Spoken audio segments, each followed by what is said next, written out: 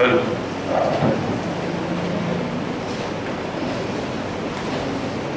राजकमल सरस्वती विद्या मंदिर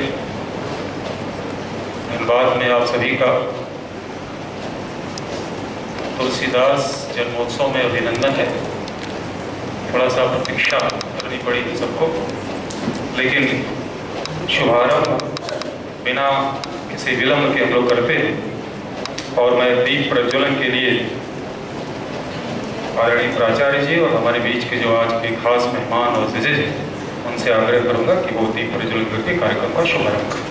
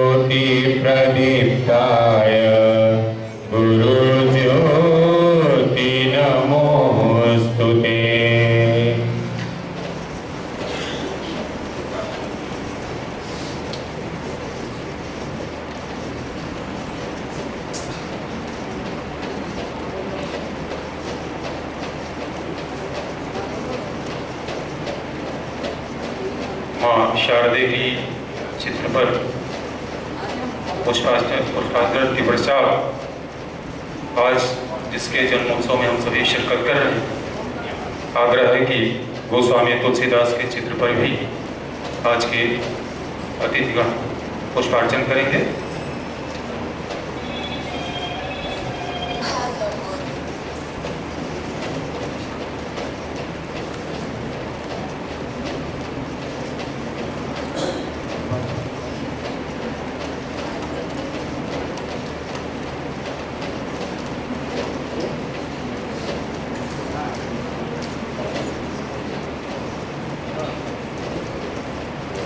हम सभी आज 492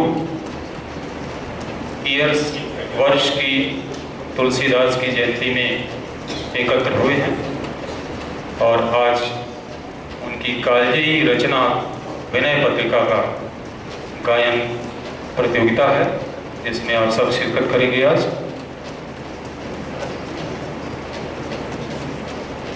और सभी अतिथियों से आग्रह है कि मंच पर स्थान ग्रहण करें।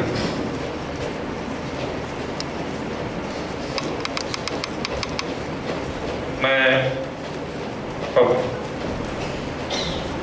विद्यालय के प्राचार्य जी से आग्रह करूंगा कि वो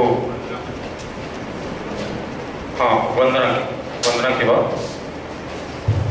वंदना में हम सभी एक साथ संवेद रूप से एकाग्र से ढंग से लगेंगे और ध्यान लगाएंगे, क्योंकि वंदना सरस्वती माँ की पूजा के साथ ही अपने कार्यक्रम की शुरुआत करते हैं। सभी संवेद रूप से इसमें एकाग्र होंगे।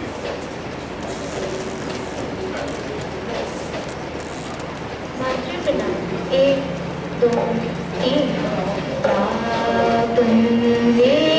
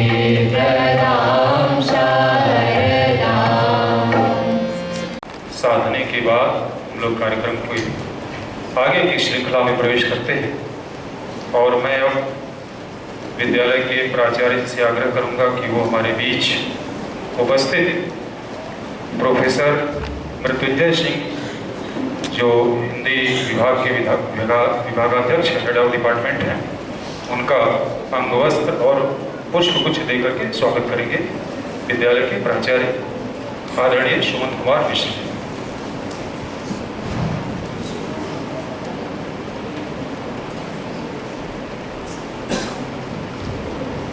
प्रोफेसर मृत्युंजय सिंह जी को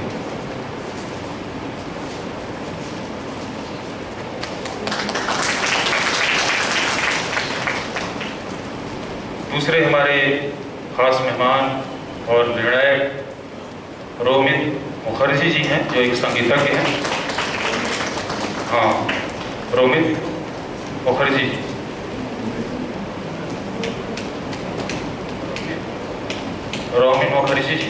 और मैं उप प्राचार्य जी से आग्रह करूंगा उमा मैम से कि वो आपको अंगवस्त्र और पुष्पगुच्छ देकर के सम्मानित करें।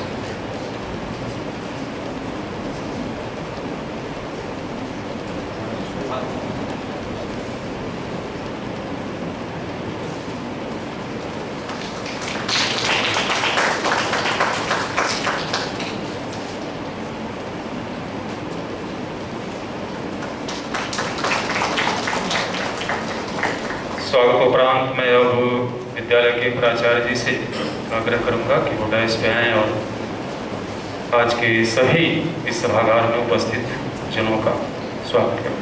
प्राचार्य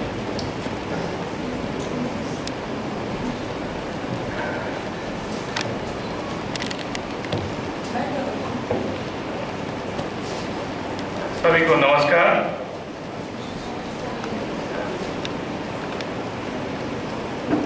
आज राजकमल सरस्वती विद्या मंदिर में गोस्वामी तुलसीदास जी के शुभ जयंती के शुभ अवसर पर विद्यालय ने एक अंतर विद्यालय गायन प्रतियोगिता का आयोजन किया है।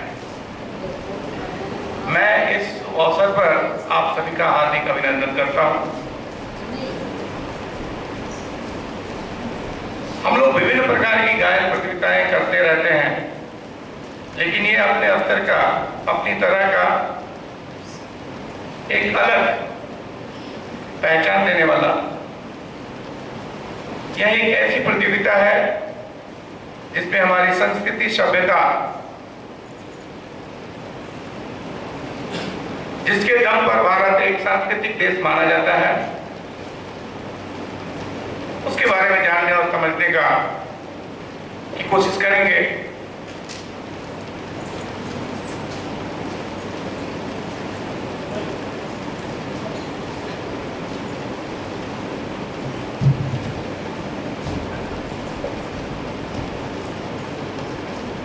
आज विभिन्न प्रतियोगिताओं का दौर चल रहा है और हम सभी उसमें कहीं न कहीं सहभागी बन रहे हैं। इस अवसर पर आप सभी विभिन्न विद्यालयों से आए हुए हमारे प्यारे विद्यार्थी, उनके साथ आए हुए शिक्षकगण, आप सभी का हार्दिक अभिनंदन। सबसे पहले कार्यक्रम के प्रारंभ होने से पहले मैं चाहूंगा कि आप सभी हमारे बीच उपस्थित अतिथिगण का परिचय जानें। हमारे बीच आज के इस कार्यक्रम में निर्णायक की भूमिका में उपस्थित डॉक्टर मृत्युंजय सिंह जी, जो विभागाध्यक्ष हिंदी विभाग BBMKU धनबाद से हैं। मैं इस अवसर पर उनका हार्दिक अभिनंदन करता हूं। हमारे बीच हैं श्रीमान रोमेन मुखर्जी जी, जो एक जाने माने संगीतज्ञ हैं और आज इस कार्यक्रम में निर्णायक की भूमिका में हैं। उनका भी हार्दिक अभिनंदन एवं स्वागत। हमारे बीच उपस्थित है बाल कल्याण समिति धनबाद जिला तथा राजकमल सरस्वती विद्या मंदिर के संरक्षक और आज के इस कार्यक्रम के अध्यक्ष भी श्री शंकर दयाल बुधिया जी जो हमारे बीच उपस्थित हुए हैं, उनका हार्दिक अभिनंदन एवं स्वागत है। जब हम संस्कृति की बात करते हैं, उसे जीवंत करने की बात करते हैं, तो हम अपनी प्राचीन सभ्यता की तरफ जाते हैं। और ऐसा सही कहा गया है, if you want to progress, read from the past, learn from the past. और उस विशिष्टता के कारण भारत एक महान सांस्कृतिक देश माना जाता है। जैसा कि विदित है, आप देख रहे हैं,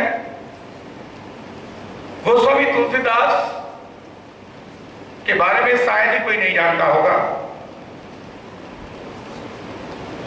उनकी विनय पत्रिका, रामचरितमानस, दोहावली, ये सब कृतियां युगांतकारी हैं और ऐतिहासिक हैं और हमारी संस्कृति की पहचान भी है।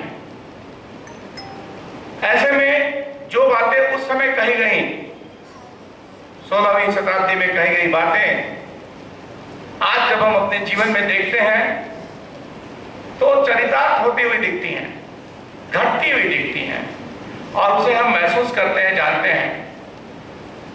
आज के इस कार्यक्रम में विभिन्न विद्यालयों से आए हुए विद्यार्थी गायन शैली के माध्यम से उन दोहा शैलियों को हमें समझाने की कोशिश करेंगे, क्योंकि यह एक प्रतियोगिता है। इसमें एक और आग्रह है, प्रथम होना, द्वितीय होना, तृतीय होना, ये एक बात है, लेकिन प्रतियोगिता में भाग लेना यह सबसे बड़ी बात है। आप प्रतिभागी बनकर विद्यालय में आए, ये हमारे लिए बड़े ही सौभाग्य की बात है। इसलिए मैं बहुत समय नहीं लूंगा, इस कार्यक्रम का थोड़ा सा विलंब हो ही गया है। मैं चाहूंगा ये जल्दी से जल्दी शुरू हो। आगे की कार्रवाई के लिए मैं राकेश जी से आग्रह करूंगा कि वो इसे शुरू कराएं। धन्यवाद। कालजयी रचना विनय पत्रिका और उसमें वर्णित 279 पद और कम से कम 23 से 24 रागों का समन्वय जो उन्होंने, अभी प्राचार्य जी ने बताया कि 16वीं शताब्दी मध्यकाल में किया था, उसकी क्या प्रासंगिकता है, इससे हम सब थोड़ा सा फिर रूबरू हों। उद्देश्य ये ज़्यादा है क्योंकि आज मीडिया, सोशल मीडिया ने जिस प्रकार से भौतिकता की रेस में हमारे समाज को झोंक दिया है और मनुष्यता जिस प्रकार से हाशिए पर जा रही है, तुलसीदास इसी के विरोध में अपने युग में खड़े हुए थे।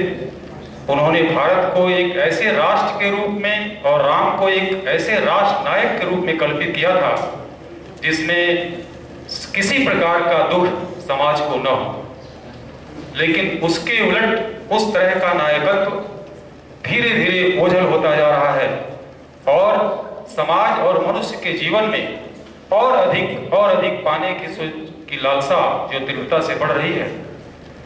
हमें इसके प्रति फिर से एक बार तुलसी को समझ करके और उस मानवता को, मानवीय मूल्यों को हम फिर जिंदा रखें अपने भीतर और समाज को उसी तरह से सोचें जैसे तुलसी ने सोचा था। ये भी उद्देश्य आज की इस प्रतियोगिता का है।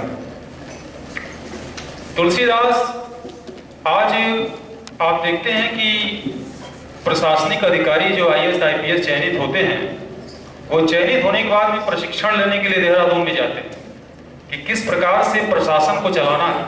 थ्रू प्रॉपर चैनल एक वर्ड चलता है। आप देखेंगे कि कितना मनोविज्ञान और प्रशासनिक प्रबंध की तुलसीदास के पास जानकारी थी, ज्ञान था, कितना विद थे इसके भी। आज के 492 वर्ष पहले के समय में ये भी एक झलक आप देखेंगे।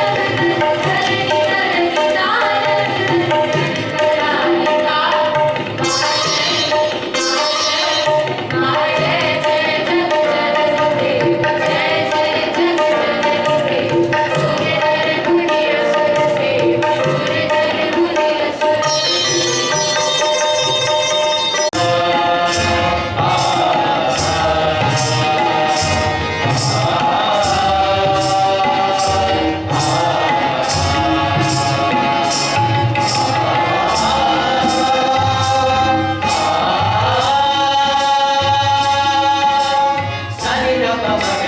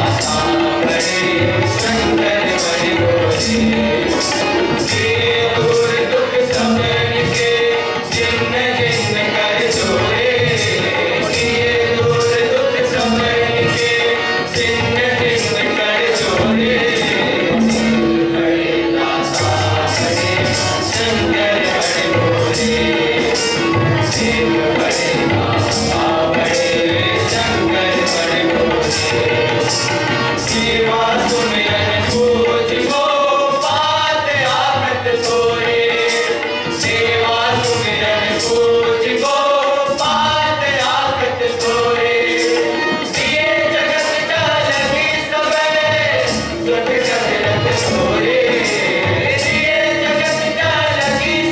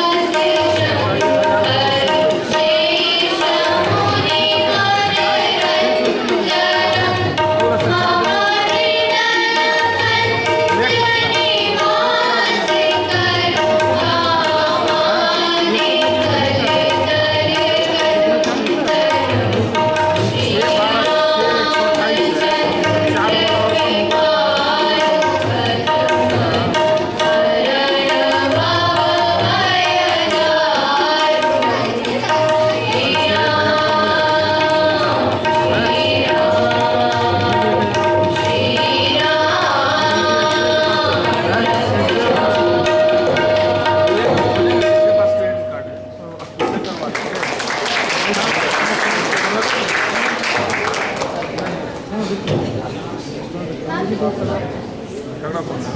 संख्या 110 और इसके बाद एक आखिरी और विद्यालय रह जाएगा 111। वो भी तैयार है। वोट संख्या 111 इसके बाद होगा जो आखिरी है, लास्ट प्रतिभागी होंगे, वो भी रेडी रहें।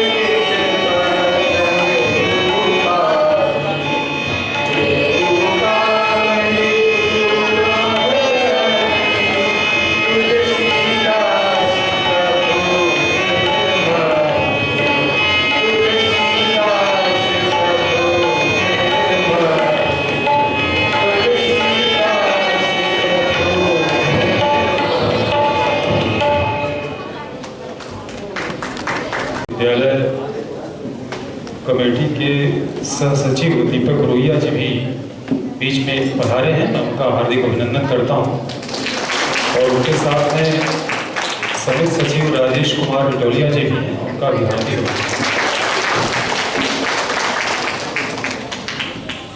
प्रतियोगिता में लगभग क्या 11 विद्यालय हिस्सा लिए और आप लोगों ने इस विनय पत्रिका के विभिन्न पदों का रसास्वादन किया है।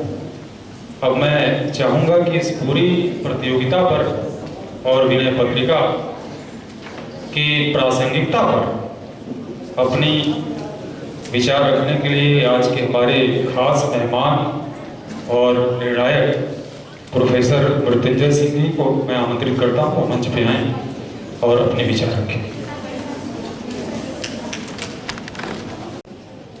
स्वामी तुलसीदास जयंती के अवसर पर आयोजित इस कार्यक्रम में उपस्थित महाविद्यालय के आदरणीय संरक्षक महोदय, विद्यालय के प्राचार्य,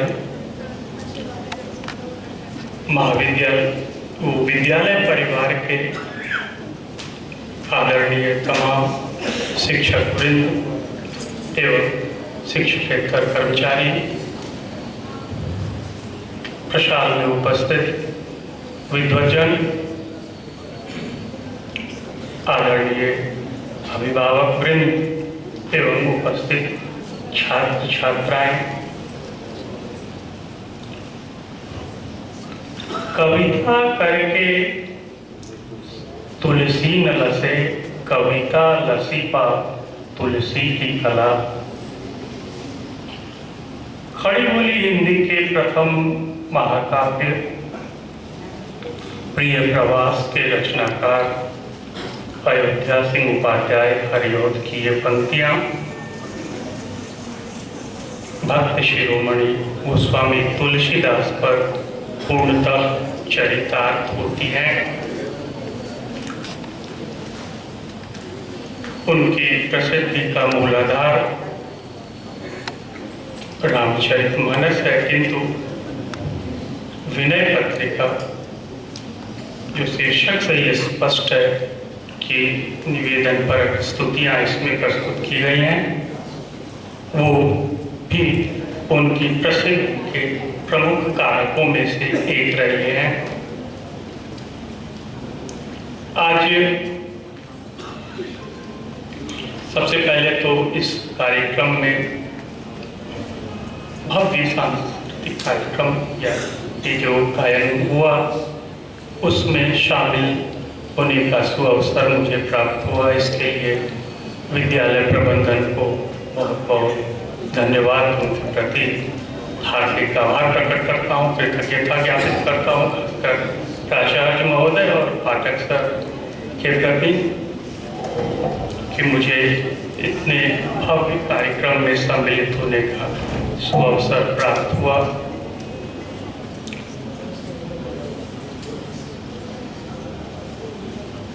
आज आधुनिकता के इस अंध दौर में हम लगातार केवल दौड़ते चले जा रहे हैं।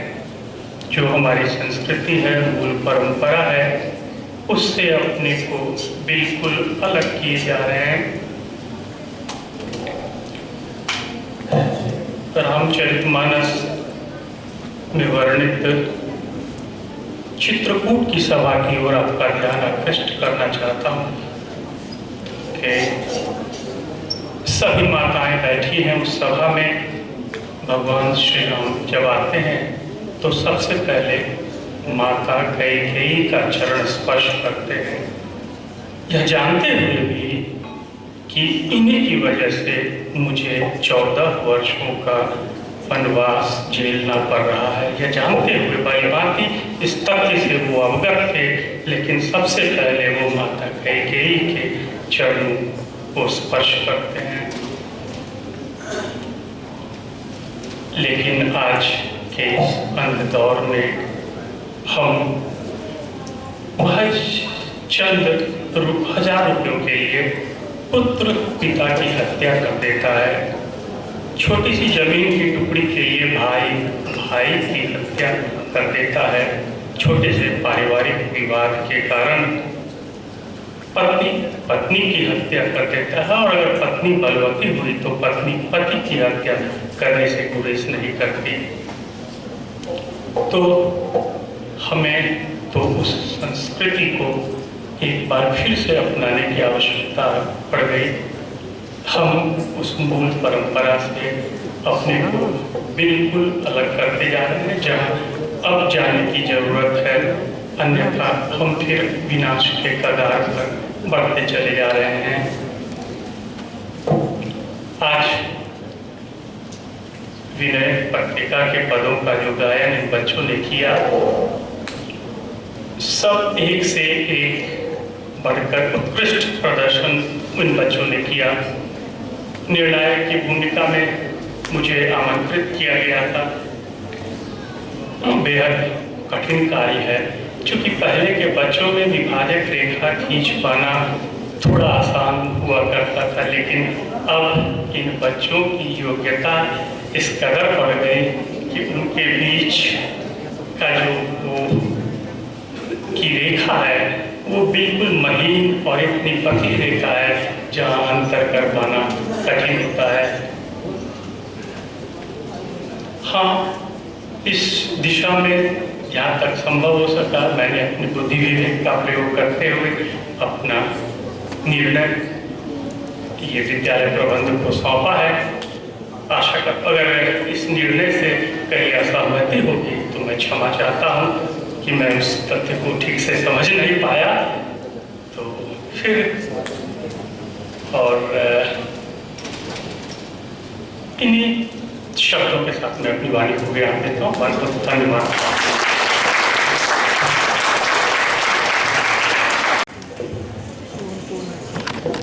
फिर भी मैं याद रखता हूँ, संत गोस्वामी तुलसीदास एक महान कवि हुआ करते हैं। जन्म उत्तर प्रदेश में उनका हुआ था, और ऐसे हम लोग सुने थे बचपन में कि उनका जन्म जब हुआ था वो माँ के पेट में 12 महीने तक थे। माँ के कोख में 12 महीने, ऐसे तो औसत 9 महीने में बच्चा रहते हैं बच्चे माँ के पेट में कोख में, उनका 12 महीना हुआ। उनके बाद जब जन्म हुआ था तो उनके दांत निकल आए थे। ये आश्चर्य की बात है, जब जन्म हुआ उसी समय वो राम में नाम भी लिए थे उनका, इसलिए उनका नाम एक नाम है राम बोला दुबे जी के नाम उनका नाम राम बोला भी थे। महर्षि तुलसीदास जी का एक घर का नाम उनके उसी समय से पड़ गया था राम बोला, क्या कि उनके जन्म से ही राम का नाम उन्होंने लिए थे। कितने बड़े भक्त थे सोचिए। और उनके भी एक पुत्र थे जो भी हो, उनका मृत्यु भी उत्तर प्रदेश में हुआ, बनारस में, वाराणसी में। ये तो हो गया। आज उनके महान दिवस, जन्म दिवस पर हम लोग जो मनाए, संगीत का कार्यक्रम हुआ, कंपटीशन हुआ, बच्चे लोग बहुत बढ़िया गाए। मैंने ऑब्जर्व किया, एक एक चीज को मैंने ऑब्जर्व किया, अपने तरीके से ऑब्जर्व किया। माने पसीने छूट रहे थे कि किसको कितना नंबर दे, किसको किसका नंबर काटे, कहाँ काटे, काटने की जगह का मौका ही नहीं मिला। सब एक से बढ़ के है, एक से, इसमें कोई संदेह नहीं है। बस दो एक चीज मैं बोलूंगा विद्यार्थी को या उनके जो अभिभावक उनके रूम में जो आए हुए हैं, स्कूल के शिक्षक, संगीत शिक्षक, अपने अनुभव के अनुसार मैं बोलूंगा सेंटिटी को समझना चाहिए। भजन का कार्यक्रम है, सेंटिटी को समझना चाहिए, उसका मर्म को समझना चाहिए। अगर वो मर्म को समझ लेंगे, या भजन का कार्यक्रम है उस भजन का एक एक वर्ड को ये समझ लेंगे, उसी हिसाब से अगर सुर की रचना करेंगे, ताल की रचना करेंगे, तो ये और आगे चल के और इम्प्रूव होगा। बच्चे तो है ही आजकल टैलेंटेड, और भी हम समझते हैं कि नहीं कहते कि 4 चंद लग जाना, तो 4 चंद लगने का काम करेंगे। जैसे मैंने ऑब्जर्व किया कि भजन में थोड़ा सा वेस्टर्नाइज बीट बज रहा है, तो ये कहीं खड़कता है दिल में। मैं गलत नहीं बोल रहा हूं, लेकिन खड़कता भजन का है। ये कोई पैट्रियोटिक्स कॉम्पिटिशन नहीं हो रहा है, पैट्रियोटिक जिसको हम लोग कहते हैं देशभक्ति गायन का कॉम्पिटिशन है, ये भजन का। इसमें अगर थोड़ा सा वेस्टर्न लगता है तो थोड़ा सा दिल को चुभता है। भजन ये हृदय से होती है, टच करना चाहिए लोगों को। सबसे पहले अपने आप को उसको पहचानिए, अपने आप को बढ़िया लगेगा तब जाके लोगों को बढ़िया लगेगा। पहले अपने आप को देखना पड़ेगा कि ये मेरे को अच्छा लगा रहेगा। अगर मेरे को अच्छा लगा तो जाहिर सी बात है ये सबको लगेगा अच्छा लगेगा। ये मेरा ओपिनियन है, हो सकता है हमसे सहमत बहुत सारे लोग नहीं भी हो सकते हैं, मैं गलत भी हो सकता हूँ, मैं कोई संदेह नहीं गलत भी हो सकता हूँ, लेकिन जहाँ तक मेरा ये इस बात को थोड़ा ध्यान दें तो अच्छा रहेगा। हमको बाकी तो कुछ करना नहीं है। बहुत सुंदर हुआ कार्यक्रम। मैं सौभाग्यशाली हूँ कि मैं स्कूल में इसके पहले भी आ चुका हूँ, ये भी आज भी मेरा मौका मिला। संडे के शेड्यूल में रहता है, सब शेड्यूल छोड़ के यहाँ आया हूँ सर के कहने पर। तो ज़्यादा बात नहीं करते हुए आपका परिणाम आ चुका है। जिसको जो भी नंबर मिला वो स्वीकार करे और दिल छोटा ना करे जिसको नहीं मिला। इंग्लिश में कहावत आप जानते हैं, नहीं हम दोहराएंगे, failure is the success of की। अगर आप नहीं मिला तो दूसरी बार हम जरूर मिलेगा। ये मेरा दावा है, करके दिखाएंगे आप, ये मेरा दावा है। तो दिल जरूर ना करें, जिसको मिला भी ठीक है, जो नहीं मिला वो भी ठीक है, वो काबिल तारीफ है मेरे तरफ से। चूंकि हम लोग नंबर दे रहे हैं, जो नंबर एक आध नंबर ज्यादा आप देख सकते हैं, आप लोग एक आध नंबर से कम बेसी करके हुआ है। इतना टाइट होगा, माने टाइट कॉम्पिटिशन था। तो ज्यादा बात देते हुए प्रिंसिपल सर को धन्यवाद देते हुए और स्कूल के विद्यालय के जो भी कार्यकर्ता है, शिक्षकगण है, सबको नमस्ते करते हुए मैं वाणी को विराम देता हूँ। जय हिंद। सम्मानित मंच, अति सम्मानित सदन, विशेषकर आज के जो युवा पीढ़ी जो अभी हम लोग इस कार्यक्रम को देख रहे थे कि तुलसीदास की जयंती, हम विनय पत्रिका, जैसा कि अभी प्राचार्य महोदय से बात हो रही थी कि पूरे धनबाद में खोजने से भी विनय पत्रिका उपलब्ध नहीं थी बाजार में। तो इसका मतलब क्या है कि या तो ये पत्रिका अत्यधिक बिकती है या बिल्कुल नहीं बिकती है। अत्यधिक बिकती होगी तो दुकानदारों के पास में फिर से आ जाएगी, लेकिन पता चला कि बहुत कम बिक्री है, क्योंकि हम रामायण, महाभारत, इन पुस्तकों को कभी सजाने के लिए, कभी पढ़ने के लिए सभी का उपयोग करते हैं।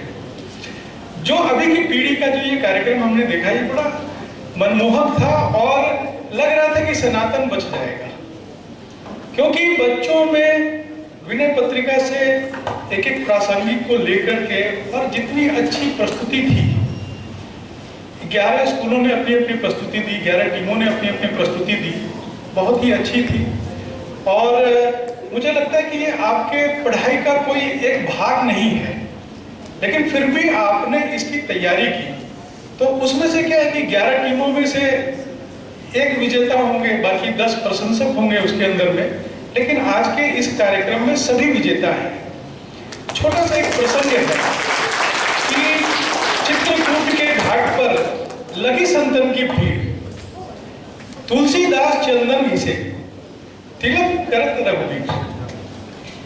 तो ये जैसे क्या है कि इसका छोटा सा अर्थ ये है कि जब भगवान रामचंद्र जी 14 वर्ष के वनवास पे थे तो उन्होंने अपना सबसे अत्यधिक समय चित्रकूट में बिताया। आज भी चित्रकूट की जो धरती है, आप वहां जाएंगे तो एक अलग आपको वहां पर फीलिंग आएगी, एक अलग अनुभव होगा। और जैसा कहते हैं कि मतलब इसी विनय पत्रिका में ही है ये जो दोहा भी मैंने कहा, तो इसी का ये छोटा सा वर्णन है कि भगवान हनुमान जी ने तुलसीदास जी के स्वप्न में आकर के कहा कि अगर आपको रामचंद्र जी से मिलना हो तो आपको चित्रकूट जाना पड़ेगा और आप प्रतिदिन वहां पर गंगा किनारे जाकर के और कुछ नहीं करना है, खुद भगवान राम आपसे तिलक करवाने के लिए आएंगे और आपको नित्य प्रतिदिन वहां पर अपना चंदन घिसना है। प्रासंगिक है और तुलसीदास जी ने ऐसा ही किया और भगवान राम अलग अलग वेश में आते थे, उनसे तिलक लगाते थे, लेकिन उन्हें भगवान राम के दर्शन नहीं होते थे। लेकिन अभी सभी बच्चों का, हमने भी वही, किसी में राम थे, किसी में सीता थी, हम भी किसी का दर्शन नहीं कर पा रहे थे, लेकिन अनुभव हो रहा था कि इनके अंदर भी तुलसी है, इनके अंदर भी राम है और हनुमान है। तो एक दिन भगवान राम वहां पर बालक के वेश में आए और तिलक लगा करके जाने लगे, तब उसी समय पर वहां पर भगवान हनुमान जी प्रकट हुए और वो एक मतलब पंछी के रूप में वहां पर थे और उन्होंने ये जो अभी हमने जो कहा कि चित्रकूट के घाट पर भई संतन की भीड़, तो जैसे ही उन्होंने कहा बस तुलसीदास जी ने उस बालक के पैर पकड़ लिए और भगवान राम के उन्हें अद्भुत दर्शन वहां पर हुए, और वहीं से प्रेरित होकर के ये सारी की सारी आगे की जितनी भी चीजें हैं वो सारी चीजें हम लोग के सामने में हैं। तो काफी अच्छा कार्यक्रम, आप सबकी उपस्थिति बताती है कि हम एक अच्छे सुनहरे कल की ओर बढ़ रहे हैं, और हमारे बीच में अच्छे संस्कारों का जो आदान प्रदान है वो बिल्कुल निश्चित है कि जो भारत संकल्पित भारत है हम उसका दर्शन अभी कर रहे थे। सभी को बहुत बहुत धन्यवाद।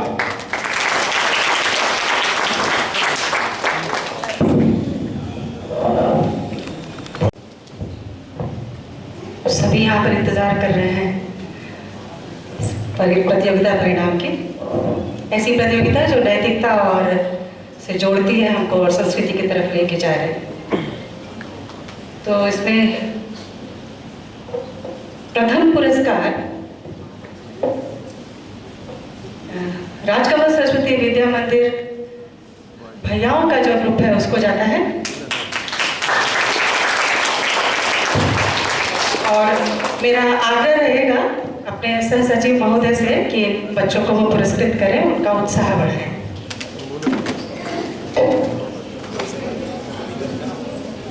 शिक्षक और आचार्य और भैया, तीन भैया जो है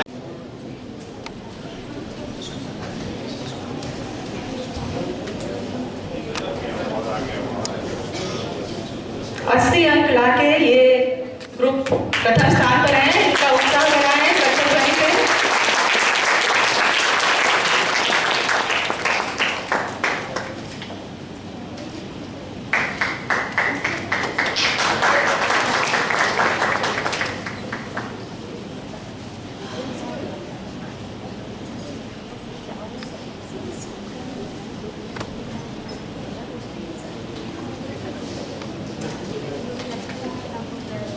धन्यवाद।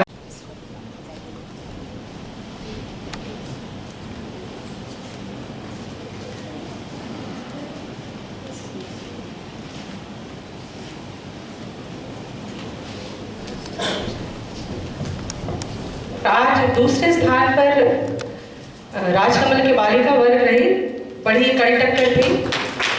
मेरा सदस्य राजेश कुमार इटोलिया जी से आग्रह रहेगा कि वो मंच पर आ जाएं और बहनों को सम्मानित करें।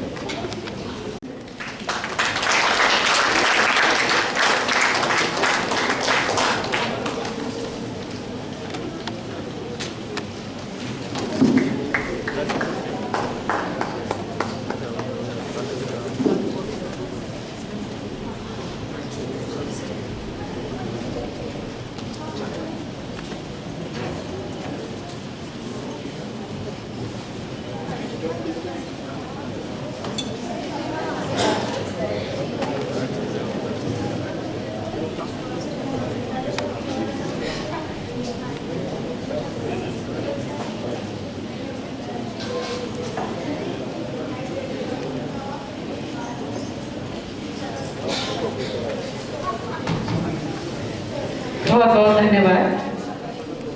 और जो तीसरा स्थान है वो टाई रहा।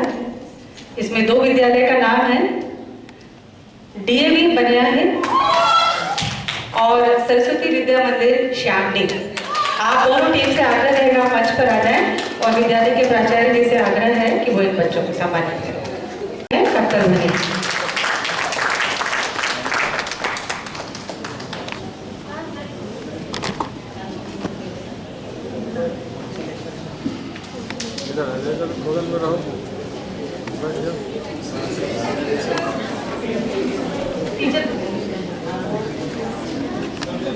दूसरी टीम भी मंच पर आ जाए।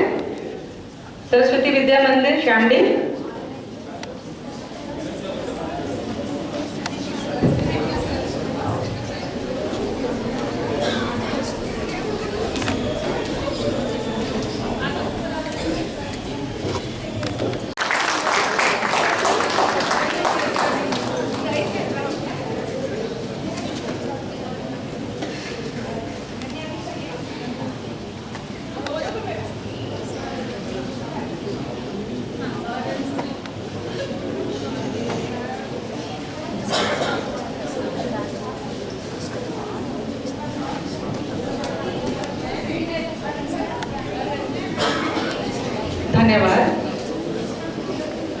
आगे के कार्यक्रम के लिए राकेश जी। अभी सभी लोग जो बच्चे प्रतिभागी हैं, जब तक यहाँ से आपसे कहा न जाए आप बाहर नहीं जाएंगे, क्योंकि ग्रुप फोटोग्राफ्स स्टेज पे सबका होना है। तो सभी लोग अभी रुके रहेंगे जब तक कि बताया न जाए कि जाना है। और अब मैं अंतिम प्रोग्राम के आभार ज्ञापित करने के लिए विद्यालय के आचार्य आदरणीय कल्याण पाठक जी से आग्रह करता हूं कि वो मंच पर आएं और आज के कार्यक्रम का आभार करें। सर्वप्रथम मां सरस्वती को प्रणाम करता हूं और सभा में उपस्थित सभी लोग मेरा सादर प्रणाम स्वीकार करें। साहित्य संगीत कला विहीन साक्षात पशुपुच्छ विषाणहीन तृणं न खादन न पितीव मान तद्भाग देयम परमं पशुना। जिस व्यक्ति में साहित्य न हो, संगीत न हो, कला न हो, वो साक्षात पशु है। अंतर इतना है, वो घास नहीं खाता है। तृणं न खादन न पितीव मान तद्भाग देयम परमं पशुना। पशु घास खाते हैं और वो घास नहीं खाता, नहीं तो पशु के समान है। एकदम कम समय ले रहा हूं आपका। सूर सूर तुलसी शशि जिसकी विवाह यहां फैलाते हैं, जिसके बुझे कणों को पा कवियव खरज्योत कहलाते हैं, उनकी विवाह प्रदीप्त करे मेरे उड़का कोना कोना, छू जाए लेखनी धूल भी चमक उठे बनकर सोना। आज हम लोग उन्हीं की वंदना में लगे रहे कि जिनकी कलम ने धूल को छू दी, वो भी सोना बन गया। मैं सबसे पहले प्रबंध कारिणी समिति के सचिव महोदय माननीय दीपक रुइया जी को आभार प्रकट करूंगा कि उन्होंने अपना बहुमूल्य समय इस कार्यक्रम को दिया है। समिति सदस्य माननीय राजेश कुमार निटोलिया जी को धन्यवाद दूंगा, उनके प्रति आभार प्रकट करूंगा जिन्होंने अपना समय दिया है।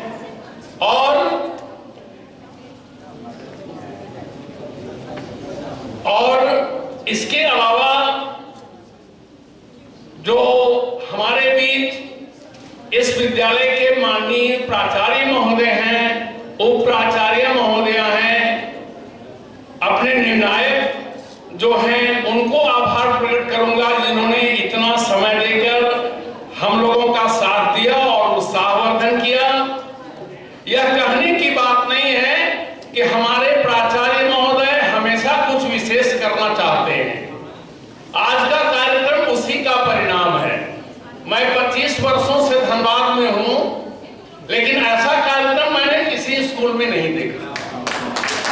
विनय पत्रिका के प्रति गायन का ये ऐसा, और हमें लग रहा है कि आने वाले दिन में जब हम लोग फिर तुलसी जयंती मनाएंगे तो हम लोगों की टीम की संख्या 20-25 हो जाएगी।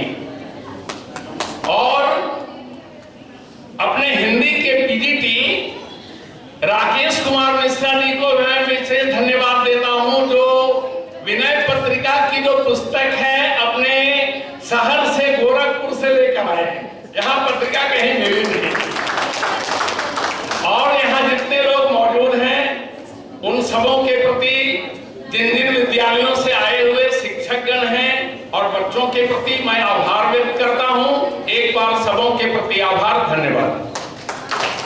शांति मंत्र के लिए मैं प्रभारी कमल नयन जी से आग्रह करता हूं। शांति मंत्र। सर्वे भवन्तु सुखिनः, सर्वे भवन्तु सुखिनः, सर्वे सन्तु निरामया, सर्वे भद्राणि पश्यन्तु, मा कश्चित् दुःखभाग् भवेत्। ओम शांति शांति शांति।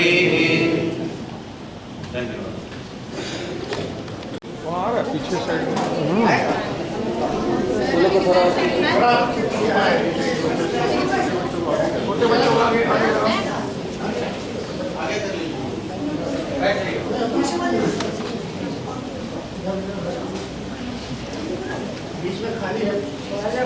पीछे वाले बच्चों को बुला लीजिए, आगे छोटे बच्चे।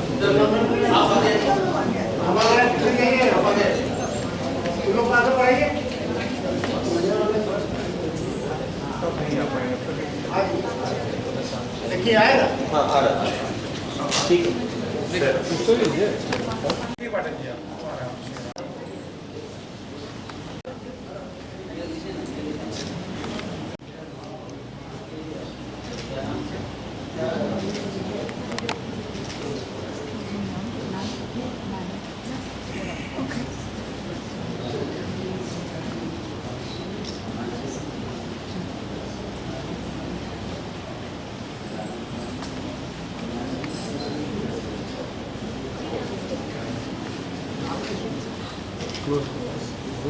मिनट